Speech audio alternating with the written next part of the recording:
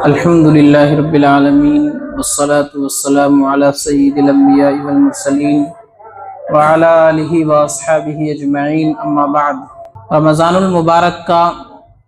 مقدس مہینہ شروع ہونے والا ہے۔ اللہ کے نبی صلی اللہ علیہ وسلم کو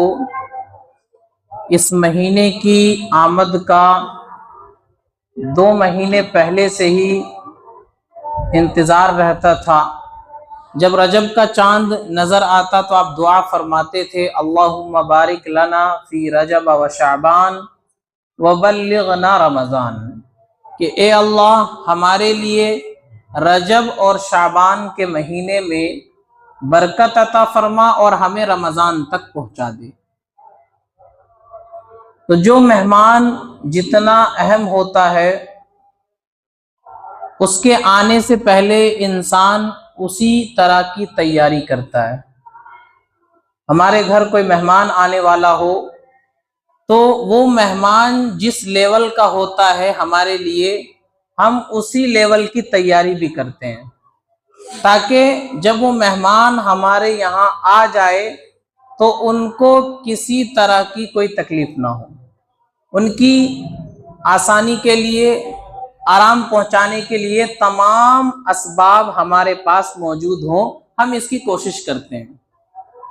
اسی طرح یہ رمضان جو آ رہا ہے یہ بھی مہمان ہے، اس کی بھی تیاری ہمیں پہلے سے کرنی ہے۔ جب رمضان کی تیاری کی بات آتی ہے تو ہم یہ سمجھتے ہیں رمضان کی تیاری کا مطلب کہ مہینے بھر کا راشن خرید کے رکھ لیں، سحری میں کیا کھانا ہے اس کی لسٹ بنا لے، افطار میں کیا بننا ہے اس کی لسٹ بنا لے۔ یہ رمضان کی تیاری نہیں ہے، یہ تو ایک ضرورت کی چیز ہے، سحری میں کھانا، افطار میں کھانا۔ اصل تیاری رمضان کی یہ ہے کہ ہم اپنے آپ کو اس کے لیے تیار کریں کہ رمضان جو مقدس مہینہ آ رہا ہے، ہمیں اس مہینے میں کیا کیا کرنا ہے، کتنا قرآن پڑھنا ہے، کتنی نفل نمازیں پڑھنی ہے، کتنا صدقہ و خیرات کرنا ہے، کتنا وقت ہمیں اپنا عبادت میں لگانا ہے۔ تو ایسی پوری ترتیب بنا لینا، یہ ہے اصل رمضان کی تیاری۔ اللہ کے نبی صلی اللہ علیہ وسلم رمضان آنے سے پہلے صحابہ کو تعلیم دیا کرتے تھے، رمضان کی اہمیت بتاتے تھے، رمضان میں عبادت کی فضیلت کیا ہے وہ بتاتے تھے، اور رمضان میں کرنے کے جو اہم کام ہیں اللہ کے نبی علیہ السلام پہلے سے صحابہ کو بتا دیتے تھے، تاکہ صحابہ اس کے لیے تیار رہیں، اور جب رمضان کا مقدس مہینہ ان کو مل جائے، نصیب ہو جائے، تو اس طریقے کے مطابق وہ رمضان کو گزارے۔ حضرت سلمان فارسی رضی اللہ تعالیٰ عنہ کی مشہور حدیث ہے، اس میں اللہ کے نبی کا وہ خطبہ نقل کیا گیا جو اللہ کے نبی نے رمضان شروع ہونے سے 1 دن پہلے ارشاد فرمایا تھا، اور صحابہ کو رمضان کیسے گزارنا ہے، رمضان کی اہمیت، رمضان کی فضیلت اللہ کے نبی نے سمجھائی تھی۔ اسی خطبے کی مختصر تشریح عرض کی جائے گی۔ دعا ہے اللہ تعالی ہم سب کو عمل سمجھ کی توفیق عطا فرمائے۔ حضرت سلمان فارسی رضی اللہ تعالیٰ عنہ کی روایت ہے، فرماتے ہیں، خطبنا رسول اللہ صلی اللہ علیہ وسلم آخر یوم من شعبان، اللہ کے نبی شعبان کے آخری مہینے میں آپ نے ہمیں خطبہ دیا، بیان فرمایا اللہ کے نبی نے، فقال یا ایھا الناس قد اذلکم شہر عظیم شہر مبارک فیہ لیلۃ خیر من الف شہر۔ اللہ کے نبی نے فرمایا، لوگو تمہارے اوپر ایک عظیم مہینہ آنے والا ہے، وہ مہینہ برکتوں والا مہینہ ہے، اس مہینے کے اندر ایک رات ایسی ہے جو 1000 مہینوں سے بڑھ کر ہے، مراد اس سے شب قدر ہے، جس کے بارے میں کوئی متعین تاریخ نہیں۔ رمضان کے آخری عشرے میں، یعنی آخری 10 دنوں میں شب قدر ہوتی ہے، پھر اس میں 21، 23، 27، 25، 29 یہ راتیں بتائی گئی ہیں کہ جو طاق راتیں ہیں ان میں شب قدر ہو سکتی ہے۔ تو یہ شب قدر 1000 مہینوں سے بڑھ کر ہے۔ پھر فرمایا جعل اللہ صیامہ فریضہ وجعل قیام لیلہ تطوعا، کہ اللہ کے نبی نے ارشاد فرمایا رمضان کا جو مقدس مہینہ آ رہا ہے، اللہ نے اس مہینے میں روزہ رکھنا فرض قرار دیا، یہ روزہ رکھنا فرض ہے،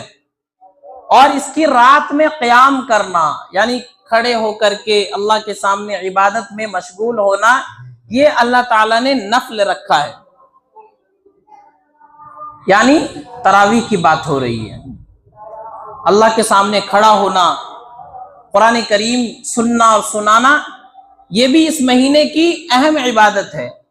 اور پھر آگے اس مہینے میں جو عمل کیا جاتا ہے اس پر کتنا اجر ملتا ہے، کتنا ثواب ملتا ہے، اس کو بیان فرمایا فَمَن تَقَرَّبَ فِيهِ بِخِصْلَةٍ مِّنَ الْخَيْرِ كَانَ كَمَنْ أَدَّى فَرِيضَةً فِي مَا سِوَاهُ، فرمایا کہ جو رمضان میں کوئی نفل عبادت کرتا ہے اللہ تعالیٰ اس کو دوسرے مہینوں میں فرض کے برابر ثواب عطا فرماتے ہیں۔ دوسرے مہینے میں جو فرض ادا کرتا اس پر اس کو جتنا ثواب ملتا، رمضان میں نفل عبادت کرنے پر اتنا ثواب ملتا ہے۔ وَمَنْ أَدَّى فِيهِ فَرِيضَةً كَانَ كَمَنْ أَدَّى 70 فَرِيضَةً فِي مَا سِوَاهُ، اور رمضان میں اگر کوئی فرض ادا کرتا ہے تو اس کو 70 فرض ادا کرنے کے برابر ثواب ملتا ہے۔ نفل کا ثواب فرض کے برابر، اور ایک فرض کا ثواب 70 فرضوں کے برابر کر دیا جاتا ہے۔ فجر کی نماز 2 رکعت ہے فرض، ہم رمضان میں وہ پڑھیں گے تو اللہ تعالیٰ اس سے 70 گنا عطا فرمائیں گے، یعنی 140 رکعت نماز پڑھنے کا ثواب ملے گا۔ فجر کی 2 رکعت فرض پڑھیں گے اور نفل پڑھیں گے 2 رکعت تو اللہ تعالیٰ اس کا ثواب فرض کے برابر عطا فرمائے گا۔ تو یہ رمضان اتنا مقدس مہینہ ہے کہ عبادت کم اور اس کا اجر و ثواب زیادہ ہو جاتا ہے، یعنی محنت کم کرنی ہوگی، اس پر فائدہ زیادہ ملے گا۔ تو اللہ کی طرف سے یہ لوٹ والی سیل لگی ہوئی ہے کہ آدمی آئے اور جتنا چاہے لوٹ کر لے جائے۔ ایک مہینہ اللہ نے ایسا رکھا ہے، یہ رمضان کا مقدس مہینہ۔ اس کے بعد اللہ کے نبی نے فرمایا وہ شہر الصبر، کہ جو رمضان کا مہینہ آ رہا ہے یہ صبر والا مہینہ ہے۔ اس مہینے میں انسان کو صبر کرنا سکھایا جا رہا ہے، صبر کی تربیت اور ٹریننگ دی جا رہی ہے۔ کھانا پینا موجود ہے، کوئی دیکھنے والا نہیں، لیکن انسان کھا نہیں رہا ہے، پی نہیں رہا ہے، حالانکہ کوئی دیکھ بھی نہیں رہا، وہ چاہے تو کھا سکتا ہے، پی سکتا ہے، لیکن وہ رکا ہوا ہے، صبر کر رہا ہے۔ تو اللہ تعالیٰ صبر کی ٹریننگ اس مہینے میں دے رہے ہیں تاکہ انسان کی پوری زندگی اسی طرح کی ہو جائے کہ اللہ کا حکم جن چیزوں کے کرنے کا ہے اس کو وہ کرے، اور جن چیزوں سے بچنے کا اللہ نے حکم دیا ہے ان چیزوں سے وہ بچ کر کے رہے۔ جیسے رمضان میں کھانا پینا حلال چیز رکھی ہوئی ہے اس کے پاس، لیکن کھا نہیں رہا، کیوں؟ اللہ کا حکم ہے، حالانکہ کوئی دیکھنے والا بھی نہیں۔ تو اللہ تعالیٰ پوری زندگی کے لیے رمضان میں یہ ٹریننگ دے رہے ہیں کہ جس طرح تم رمضان کے ایک مہینے میں حلال چیزیں بھی چھوڑ دیتے ہو اللہ کے حکم سے، تو اسی طرح جو باقی 11 مہینے سال کے، ان 11 مہینوں میں بھی تمہارا یہی حال ہونا چاہیے کہ اللہ کا حکم آ جائے، جس چیز کو چھوڑنے کا اس کو چھوڑ دیں، چاہے ہمیں اس میں اپنا نقصان نظر آتا ہو، چاہے اس سے کوئی ناراض ہوتا ہو، لیکن اللہ کا حکم ہے، اس وجہ سے ہم ان چیزوں کو چھوڑ دیں۔ تو رمضان میں اس بات کی ٹریننگ دی جاتی ہے۔ آگے فرمایا وَالصَّبْرُ ثَوَابُهُ الْجَنَّةُ، اور صبر کا بدلہ اللہ نے جنت رکھا ہے۔ جو بندہ صبر کرے گا، اللہ نے جن چیزوں کے کرنے کا حکم دیا ان کو کرے گا، جن چیزوں سے بچنے کا حکم دیا ان سے بچے گا، تو اس کا بدلہ صرف جنت ہے۔ آگے فرمایا وَهُوَ شَهْرُ الْمُوَاسَاةِ، یہ جو رمضان کا مہینہ آ رہا ہے یہ غم خاری کا مہینہ ہے، ہمدردی کا مہینہ ہے، یعنی آپس میں تمام لوگوں کو، مسلمانوں کو، تمام آپس میں اپنوں سے بھی اور پرائوں سے بھی ہمدردی ہونی چاہیے۔ کسی کے ساتھ کوئی مصیبت آ گئی، کوئی پریشانی آ گئی تو ان کا ساتھ دے، کوئی ضرورت مند ہے اس کی ضرورت کو پورا کرے، اس کی تمام ضروریات کا انتظام کرے۔ تو اللہ تعالیٰ نے یہ ہمدردی کا غمخاری کا مہینہ بنایا۔ اللہ کے نبی علیہ الصلوۃ والسلام ویسے تو سخی تھے، آپ سے بڑا سخی کوئی دنیا میں پیدا نہیں ہوا اور نہ قیامت تک ہو سکتا ہے، لیکن جب رمضان کا مہینہ آتا تھا تو آپ جس طرح تیز ہوائیں چلتی ہے اس طرح آپ کی سخاوت بہتی تھی، جو بھی آتا تھا آپ اس کو عطا فرما دیتے تھے، اپنے پاس اپنے گھر میں کچھ ہو نہ ہو لیکن جو آیا ضرورت مند اس کو آپ دے دیا کرتے تھے۔ تو یہ رمضان کا مہینہ غمخواری کا مہینہ ہے، ہمدردی کا مہینہ ہے، ایک دوسرے کی مدد کرنے کا مہینہ ہے۔ اسی طرح فرمایا یزاد فیہ رزق المومن، اس مہینے میں ایمان والے کا رزق بڑھ جاتا ہے، اللہ تعالیٰ ایمان والے کے رزق میں بڑھوتری کر دیتے ہیں، برکت بھی ہوتی ہے۔ اس کا مشاہدہ ہم کرتے رہتے ہیں، کیسا بھی غریب سے غریب آدمی ہو رمضان میں اس کے دسترخوان پر 2-4 آئٹم ہوتے ہیں، اور دنوں کے مقابلے میں اچھا کھانا بنتا ہے، تو اللہ تعالیٰ اس مہینے میں ایمان والے کے رزق کو بھی بڑھا دیتے ہیں۔ اسی طرح اللہ کے نبی نے آگے جو روزے دار ہیں ان کو افطار کرانے کی فضیلت بیان فرمائی۔ یہ لفظ جو ہوتا ہے افطار نہیں ہوتا، افطاری نہیں ہوتا، افطار ہوتا ہے، تو اس کو بھی صحیح کرنا چاہیے، افطار الف کے نیچے زیر ہے۔ تو اللہ کے نبی نے افطار کرانے کی فضیلت بیان فرمائی، فرمایا کہ جو آدمی کسی روزے دار کو روزہ افطار کراتا ہے اللہ تعالیٰ سب سے پہلے تو اس افطار کرانے والے کے گناہ معاف کرتے ہیں، دوسری بات اس کو جہنم سے آزاد فرماتے ہیں، اور تیسری بات جتنا روزے دار کو ثواب ملتا ہے اتنا ثواب روزہ افطار کرانے والے کو بھی اللہ عطا فرما دیتے ہیں، اور روزہ رکھنے والے کے ثواب میں کوئی کمی نہیں آتی، 50-50 کا معاملہ نہیں ہوتا کہ آدھا اس کو ثواب ملے گا اور آدھا افطار کرانے والے کو، بلکہ اللہ تعالیٰ اس کو بھی پورا ثواب دیں گے جس نے روزہ رکھا، اور جس نے افطار کرایا اس کو بھی پورا ثواب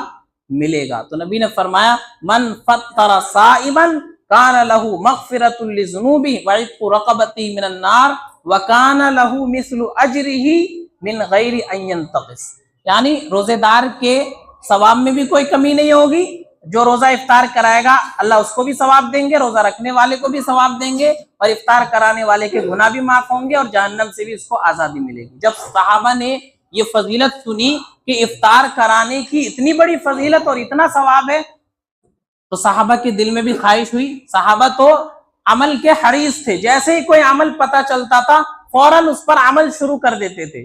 لیکن اس وقت صحابہ کی حالت کمزور تھی، معاشی اعتبار سے کمزور تھے، اپنے کھانے کو مشکل سے ہوتا تھا تو کسی دوسرے کو کیسے کھلائے، تو صحابہ کو فکر ہوئی کہ ہم اس ثواب سے کہیں محروم نہ رہ جائیں، تو صحابہ نے سوال کیا یا رسول اللہ لیس کلنا یجد ما یفطر بہ الصائم، کہ ہم میں سے ہر آدمی کے پاس تو اتنی دولت ہے نہیں جو کسی روزے دار کو روزہ افطار کرائے۔ تو صحابہ یہ سمجھ رہے تھے کہ روزے دار کو پیٹ بھر کے کھلانا ہے، اس کو بریانی کھلانی ہے، قورمہ کھلانا ہے، تو صحابہ کے ذہن میں یہ تھا کہ روزے دار کو پیٹ بھر کر کھلانا، اور ان کے پاس تو اتنی وسعت تھی نہیں، تو صحابہ نے اس سے سوال کیا، تو اللہ کے نبی نے فرمایا کہ پیٹ بھر کر کھلانا ضروری نہیں ہے۔ اللہ کے نبی نے فرمایا یعطی اللہ ھذا الثواب من فطر صائما علی مذقۃ لبن او شربۃ من ماء، کہ اللہ تعالیٰ یہ ثواب اس بندے کو بھی عطا فرمائیں گے جو کسی روزے دار کو ایک گھونٹ دودھ سے روزہ افطار کرا دے یا ایک گلاس پانی سے روزہ افطار کرا دے، اللہ تعالیٰ اس بندے کو بھی یہ ثواب عطا فرمائیں گے۔ اللہ نے غریبوں کو محروم نہیں کیا کہ کوئی غریب ہے تو وہ یہ ثواب حاصل نہیں کر سکتا، وہ بھی اپنی وسعت کے مطابق جیسا اس کے پاس ہے ویسا کسی روزے دار کو کھلا دے، اللہ تعالیٰ کے خزانے میں کمی نہیں ہے۔ اللہ تعالیٰ اس غریب کو ایک گھونٹ دودھ سے روزہ افطار کرائے گا یا پانی سے روزہ افطار کرائے گا، اللہ اس کو بھی یہ ثواب عطا فرمائیں گے۔ اور وَسَقَاهُ اللَّهُ مِنْ حَوْضِهِ شَرْبَةً لَا يَظْمَأُ حَتَّى يَدْخُلَ الْجَنَّةَ، اور اللہ تعالیٰ اسے میرے حوض سے، اللہ کے نبی فرماتے ہیں کہ حوض کوثر سے اللہ اس کو ایسا جام پلائیں گے کہ جب تک وہ جنت میں داخل ہوگا تب تک اس کو پیاس نہیں لگے گی۔ تو یہ روزے دار کو روزہ افطار کرانے کی فضیلت ہے۔ تو جتنا جس آدمی سے ہو سکے روزے دار کو روزہ افطار کرائے، خاص کر کے رمضان کے مہینے میں مدرسے کے سفیر حضرات آتے ہیں مدرسے کے تعاون کے لیے، اسی طرح اور بھی مسافر لوگ آتے رہتے ہیں، تو ان کے لیے روزہ افطار کرانے کا انتظام یہ بہت ہی فضیلت والی چیز ہے۔ ہر مسجد میں ہر محلے میں اس کا انتظام ہونا چاہیے کہ اگر کوئی مسافر آ رہا ہے ہماری مسجد میں رمضان میں تو اس کے لیے ہم افطار کا انتظام کریں، اس کے لیے سحری کا انتظام کریں، کھانے کا انتظام کریں۔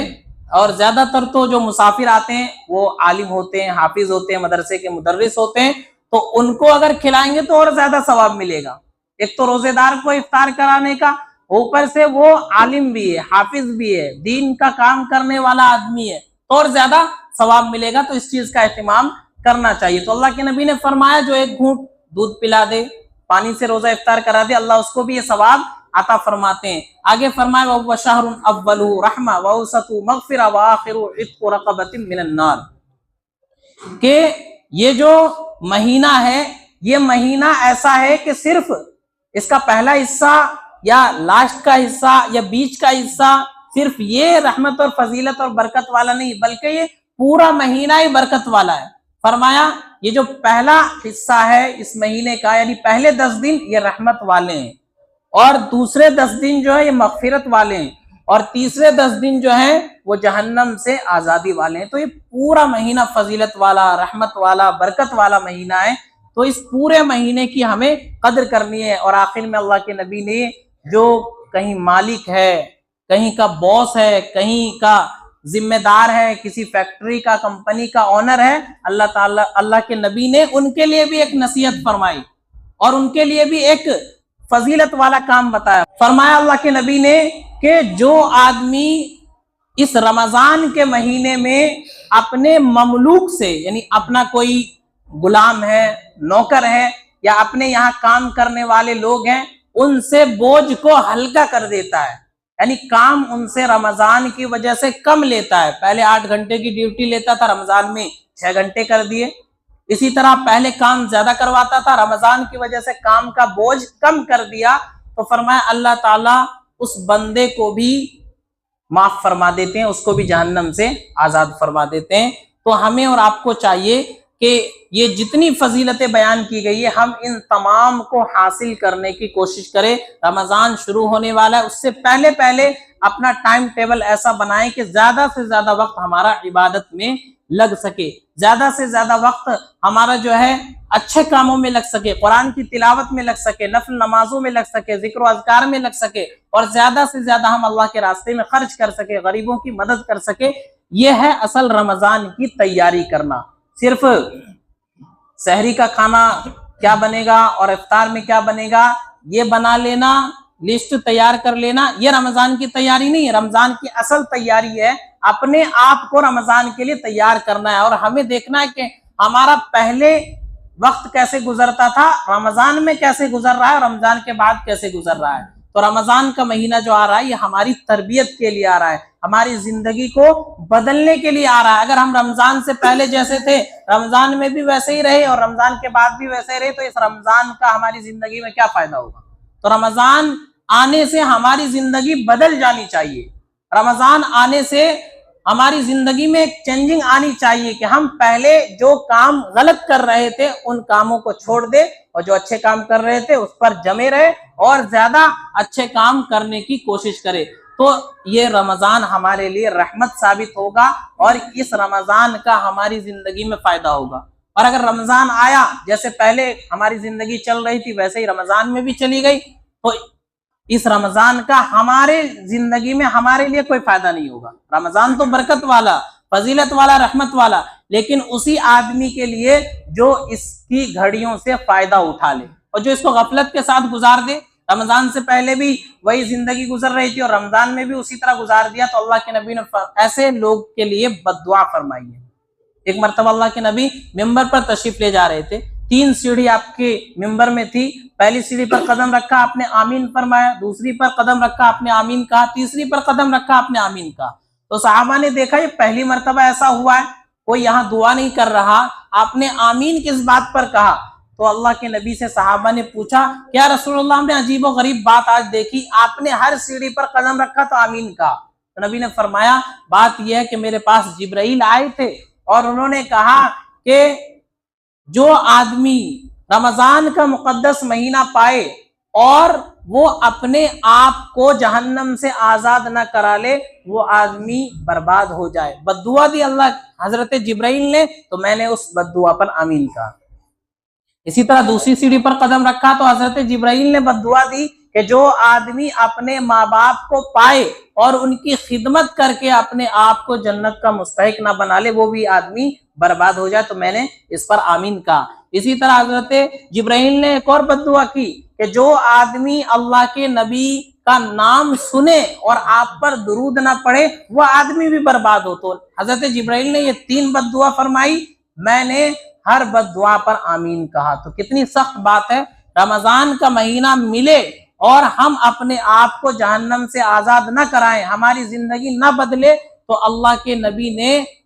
حضرت جبرائیل کی بد دعا پر آمین کہا۔ حضرت جبرائیل کی بد دعا جو سید الملائکہ ہے، تمام فرشتوں کے سردار، اور آمین کس نے کہا؟ اللہ کے نبی نے، جو تمام نبیوں کے سردار۔ تو اس بد دعا کے قبول ہونے میں کوئی شک نہیں ہے۔ تو ہمیں اور آپ کو چاہیے کہ رمضان کا مہینہ جو آنے والا ہے، اس رمضان کے مہینے میں ہم زیادہ سے زیادہ عبادت کریں، اپنا وقت عبادت میں لگائیں، قرآن سے اپنا تعلق قائم کریں، غریبوں کی مدد کریں، اور جو کچھ بھی ہم سے بن پڑے ہم اس میں عبادت کریں، سستی نہ کریں، غفلت کے ساتھ اس مہینے کو نہ گزارے۔ اگر غفلت کے ساتھ ہم نے اس مہینے کو گزارا تو حضرت جبرائیل کی بد دعا اور اللہ کے نبی نے اس پر آمین کہا ہے، تو پھر ہمارا حشر کیا ہوگا؟ ہم برباد نہیں ہوں گے تو اور کیا ہوگا؟ تو ہمیں اور آپ کو چاہیے، رمضان کا مقدس مہینہ آ رہا ہے، اس کی قدر کریں، اس کی ساعتوں سے فائدہ اٹھائیں اور زیادہ سے زیادہ عبادت کر کے اپنے آپ کو جنت کا مستحق بنائیں، جہنم سے آزاد فرمائیں۔ تو ہمیں اور آپ کو اس مہینے کی قدر کرنی ہے اور یہ سوچنا ہے کہ شاید یہ رمضان ہماری زندگی کا آخری رمضان ہو۔ یاد کریں کتنے لوگ تھے ہمارے درمیان جو پچھلے رمضان میں موجود تھے لیکن اس رمضان میں وہ نہیں ہوں گے، تو شاید ہماری زندگی کا یہ آخری رمضان ہو اور آئندہ ہمیں یہ رمضان نصیب نہ ہو، تو یہ سوچ کر کے ہمیں اس رمضان کو گزارنا ہے۔ اللہ تعالی ہم سب کو عمل سمجھ کی توفیق عطا فرمائے۔ وآخر دعوانا ان الحمد للہ رب العالمین۔